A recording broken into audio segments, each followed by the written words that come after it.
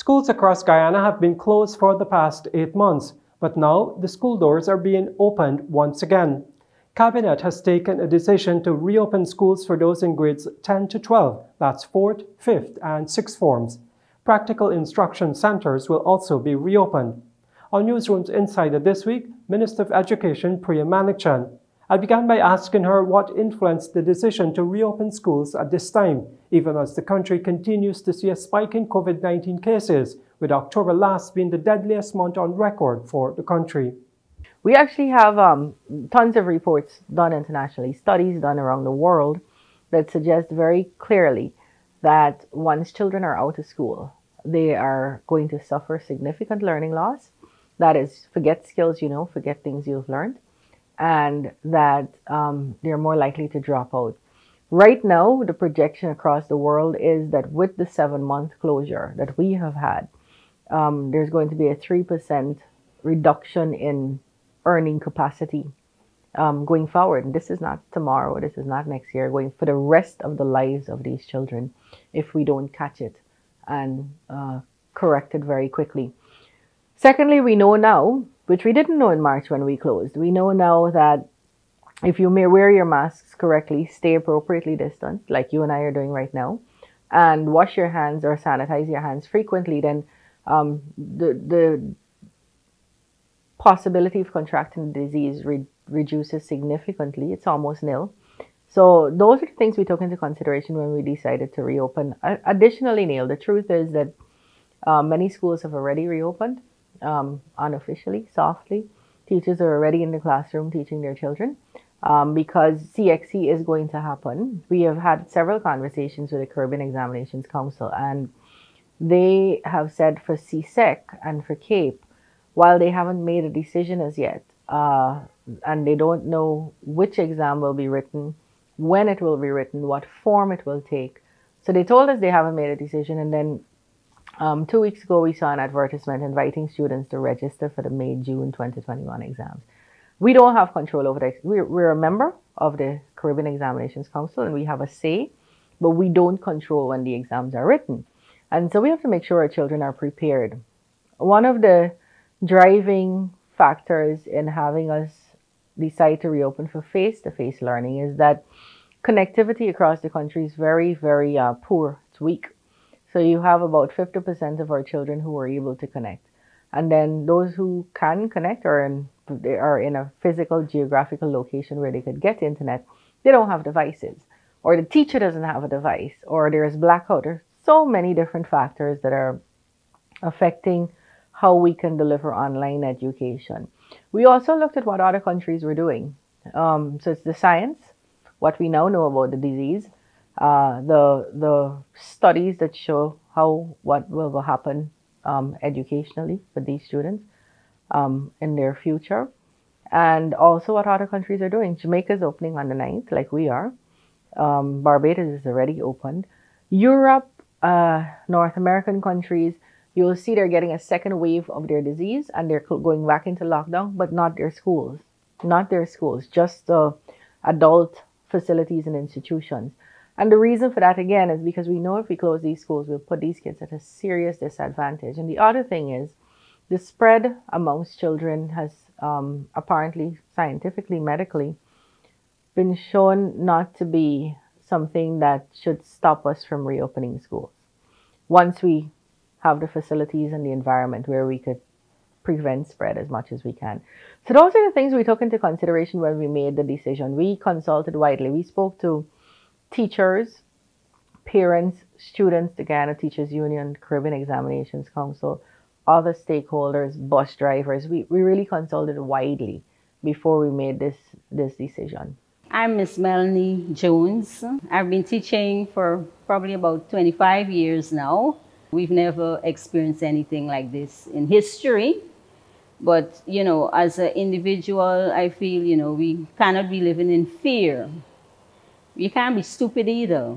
You know, we still have to take precautions and follow the COVID guidelines. But on the other hand, we still have to know how to live with the virus, because the virus might be here to stay for a long while, In the meanwhile, you know, the children have to be educated and they are lagging behind. As much as you have the virtual, it helps to some extent, but it doesn't fulfill in every aspect as how face-to-face would. In addition to that, you see, we are not a super school, and so the class system varies along the line. And so we have many students who are not so fortunate to have access to internet and even have the tools, to even have access to that too. So, you know, some of our children are at a disadvantage. My name is Sir Jason. I'm Jason Wills, right? Sir Jason Wills. I always like to use that sir. I'm a teacher at Richmond for over 15 years. I've been teaching maths, right? All levels, but right now I'm presently in the senior level, that is both the grade 10 and the grade 11 level. We have a lot of setbacks since school has been closed due to the COVID. We have the problem with SBAs, getting students to complete SBAs. So at least there's one plus will help me when you have the face-to-face contact with students when school reopens to get those SBAs out of the way, because that's a serious setback. My name is Miss Irene Rubina Safi. I've been in the teaching profession since 2005. I am HOD business at South Rumbell Secondary School. I did not start my teaching career here. I started at Zeeburg Secondary on the west coast of Demerara. When I married, I came into Georgetown and I was placed at South Rumbell Secondary School. One of the subjects I'm teaching is principles of accounts, and I need face-to-face interaction for principles of accounts. Also, the SBA component is one that we need to see the students face-to-face.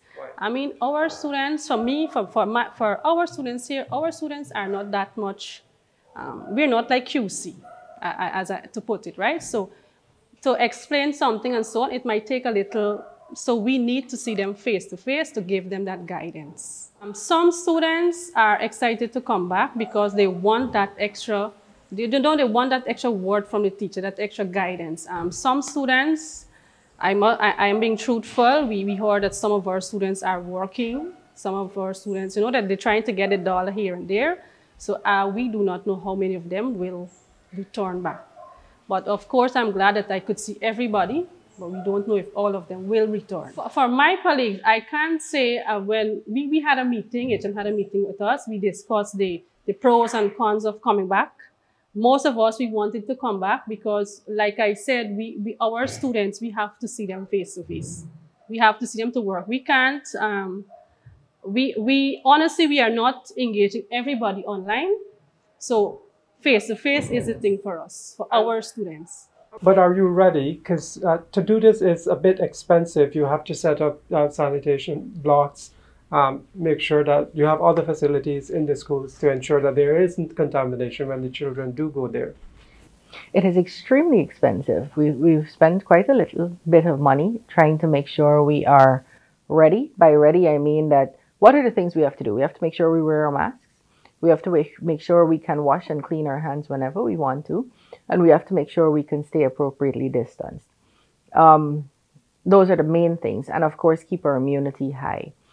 What have we done to get ready? We've made sure schools across the country are finished building or in the process of building sinks with running water, going to those sinks, so that we could have hands can get washed and clean, germs can be washed away. That toilets are flushing and working. We are providing masks for every teacher and every student who's going back into school on the 9th.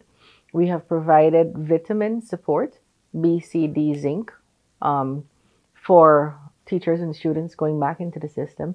We have provided sanitizing agents, you know, the alcohol with a spray bottle or sanitizing gels, again, to all our teachers and students.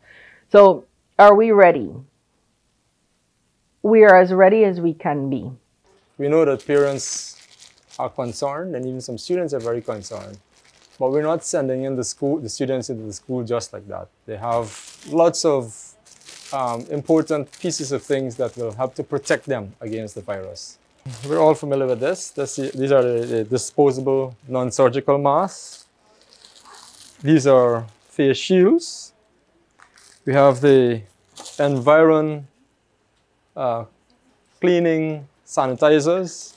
And this is, of course, the bottles to place them in. These are hand sanitizers. We have some vitamins that we'll be distributing to students and teachers. These are vitamin C.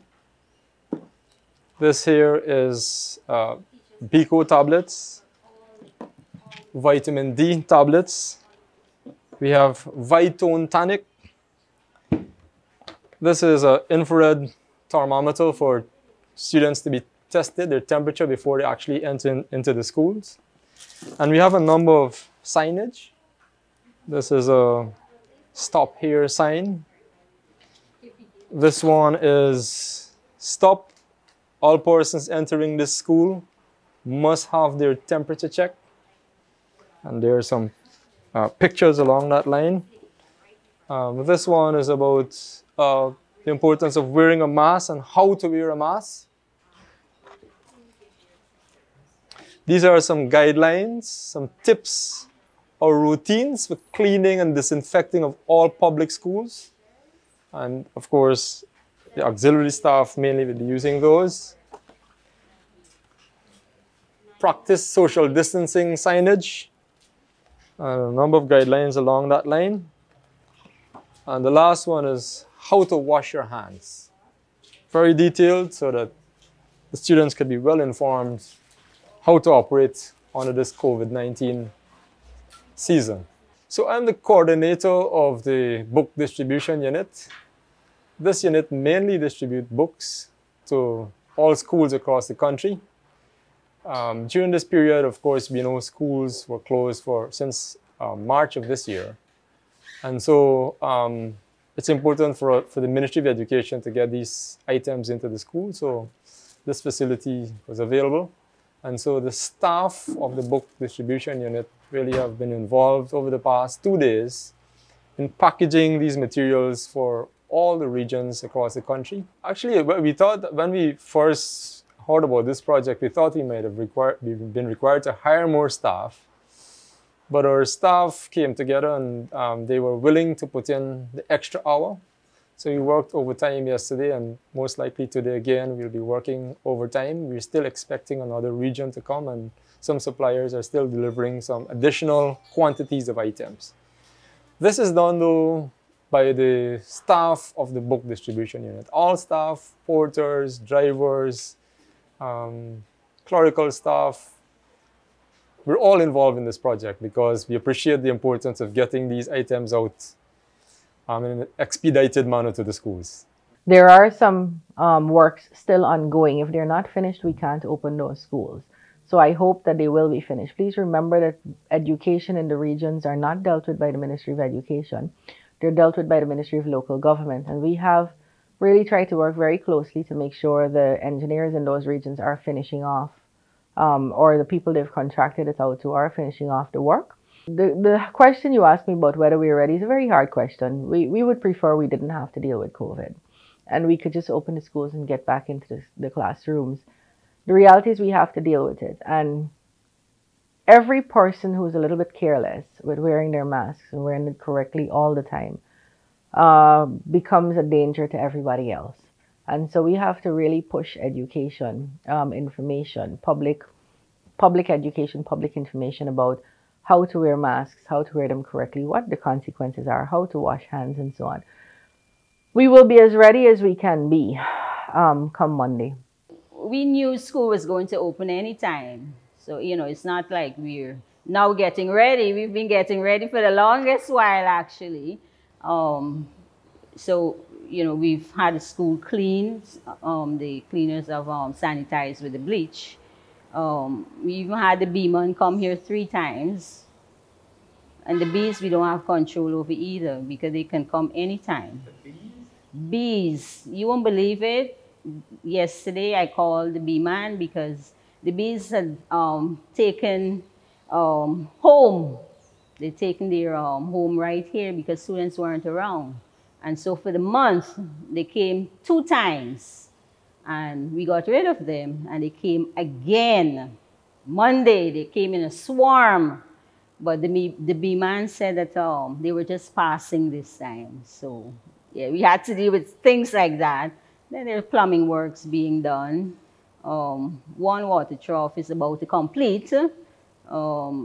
Electrical works also being done. Yeah, carpentry. A number of works have been going on continuously. Weeding and things like that. It's a different environment now they're coming into. So we have to set the standard from day one.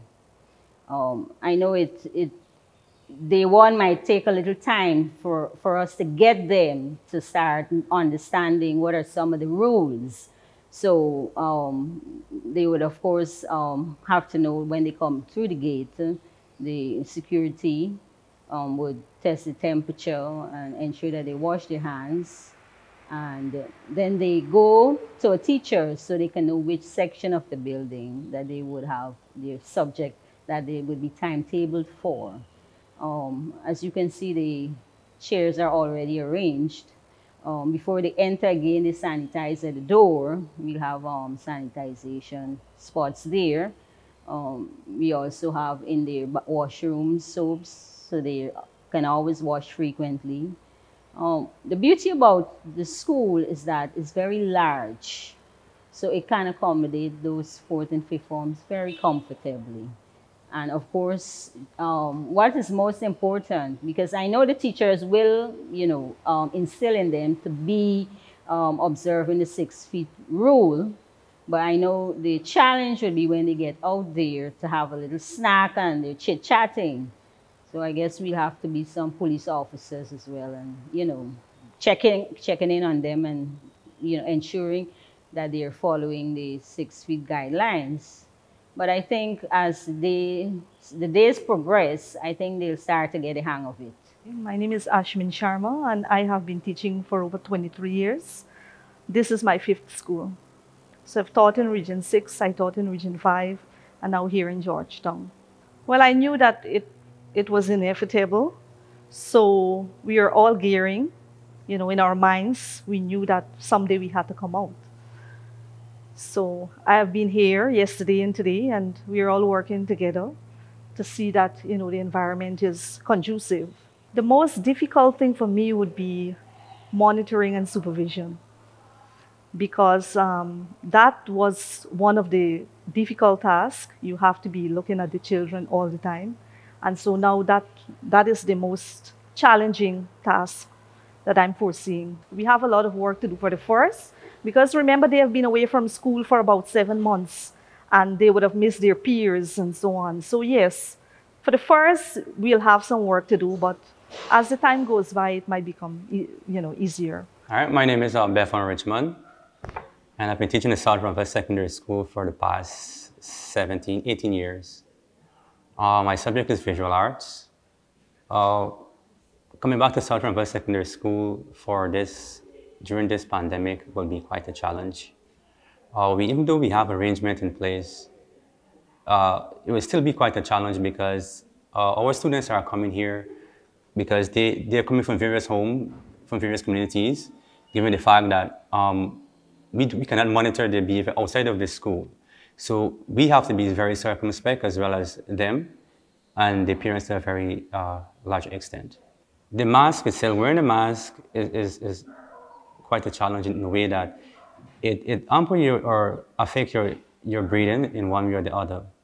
But in terms of being away from home because you're able to interact with the students on a regular basis, it gives you a kind of encouragement to come. But at the same time, you still have to be very circumspect.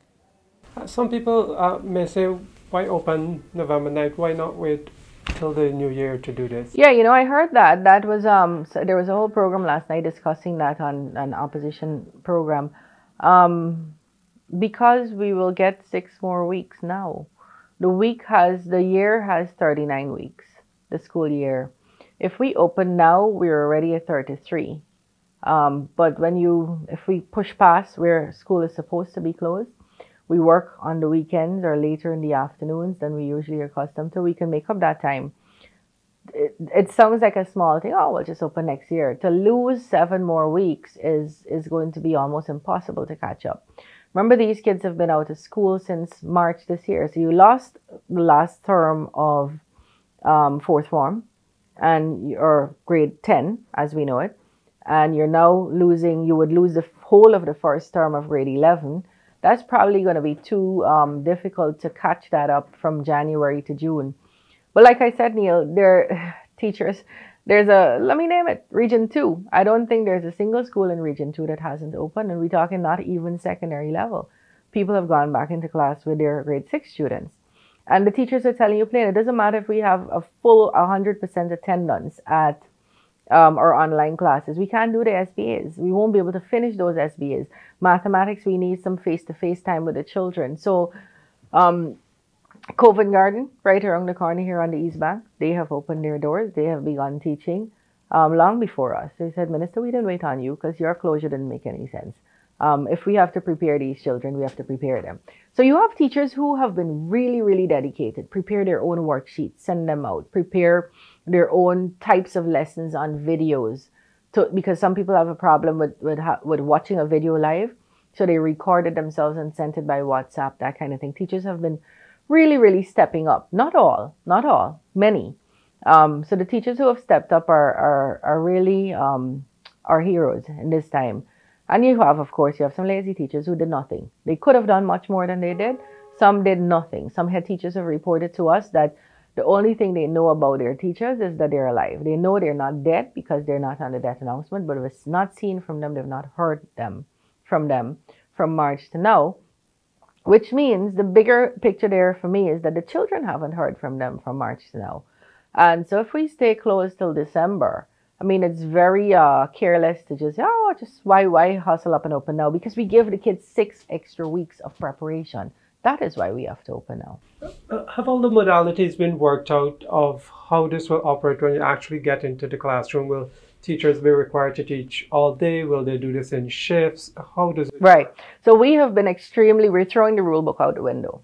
The rule book goes through the window. It's usually you have to turn up at 9. I mean, schools are the education system is very rigid, far more rigid than I'm accustomed to in my daily life. So you have to turn up at 8:15 and sign in and be ready for 8:30, and you can't leave until a certain hour, and you have this fixed lunch hour. We're throwing all of that through the window, and we're saying to schools, in this period, this is not a normal time, so we're going to do abnormal things. We're going to do whatever it takes to make sure we get our children learning, that we deliver that education they need to have them effectively write these CXE exams and pass them. So if a teacher is teaching at 11 in the morning to 3 in the afternoon, they don't need to be in school from 9 o'clock. If the teacher says, well, I want to let the students do all the other subjects and I will teach from 3 to 7 in the night, you're allowed to do that. We've left the schools latitude, very wide latitude, to fix their own timetables, to do it in a way that makes their teaching effective. So this is our goal here. What we want, the fundamental thing we're aiming to get is to teach these children according to the timetable, have them ready and prepared for exams. Anything you do to achieve that purpose will be encouraged. Anything that takes away from that purpose will be firmly dealt with a view to fixing it. So the teachers could do shifts, they can do rotation, they can come all day. If you have a school with 20 children and 20 CSEC children, and it's usually a school with 300 students with the other classes, then the whole school could turn out, not the whole school, the whole grade could turn out every day, all day. But where you have 300 children in that category, grades forms 4, 5, and 6, then you might have to do a rotation system.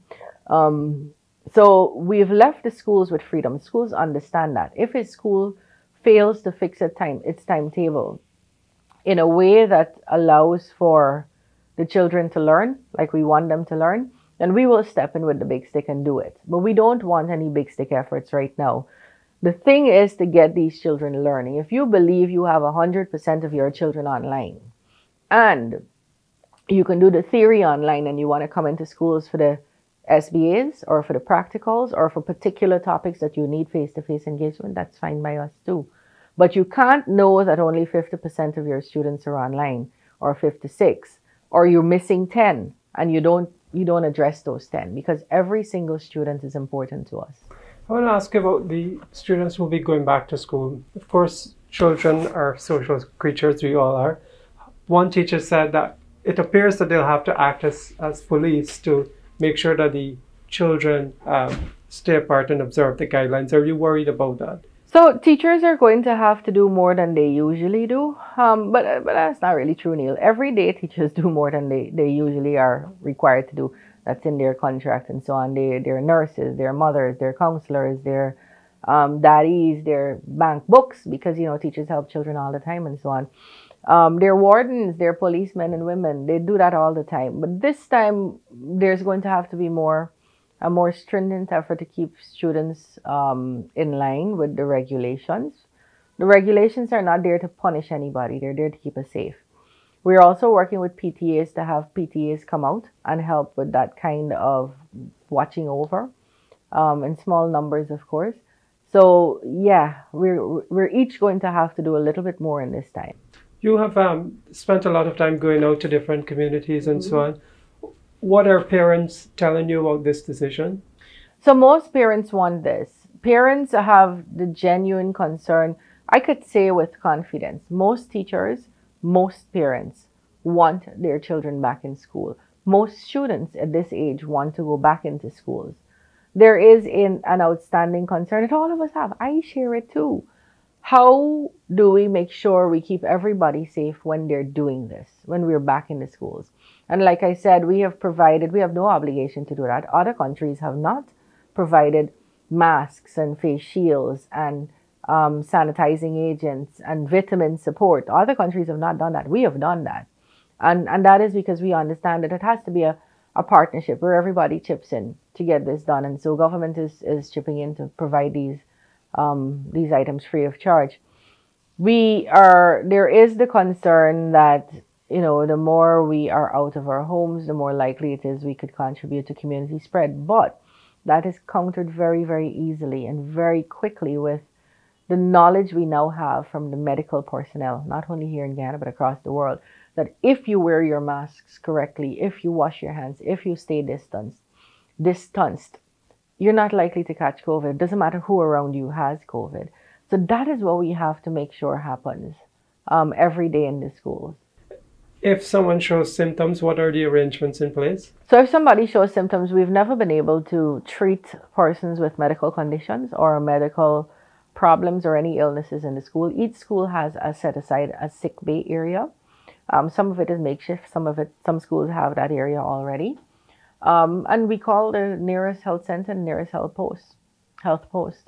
What are the provisions in place for hinterland regions? Are the arrangements different? So hinterland regions are the regions that have been most affected, Neil. In those communities, it would break your heart. We would be taking away from students their very chance at life if we don't do this now. Those communities have villages scattered across the large, very vast forested area. And schools are placed in in a central place, and there's a dorm there, and students come from all these different places and go to that dorm. Students in the hinterland areas have not heard, most of them, from their teachers, not because teachers are wicked or evil, they just can't connect. They don't have internet, they don't have devices and so on, from their teachers since March. They are going into dorms, so we are very aware of how that could contribute to spread, and even if not spread, that people have fears. So we are testing each student as they come into the dorms to make sure they are safe and that they are COVID free, both to learn whether they are, as well as to provide comfort to everyone else who's there. It is true that other persons are not only the dorm students go to the school, students from the villages do, but that happens out here too. So we have to, wherever we are, wherever we open schools, we have to drive home the importance of wearing masks and wearing them correctly. Communities like Parima in Region 7, Kaikan, Region 7, these communities are carrying on their daily lives. They're playing sports on the fields on Sunday afternoon. They're all on a pavilion. Nobody's wearing masks. And, You know, you could be judgy out here, but they've said to us, well, we are governing our community. We have locked ourselves off from anyone else coming in here. We don't have COVID. Why are you telling us we can't go into the schools? Look at us out here right now. We're playing, we're socializing, none of us wearing masks. This is what we do every day, all day of every day. So we're going back into the school. In that case, what do? Do we tell them because there is a rule book that we have to follow these rules when it makes no sense when you apply it to their communities? No.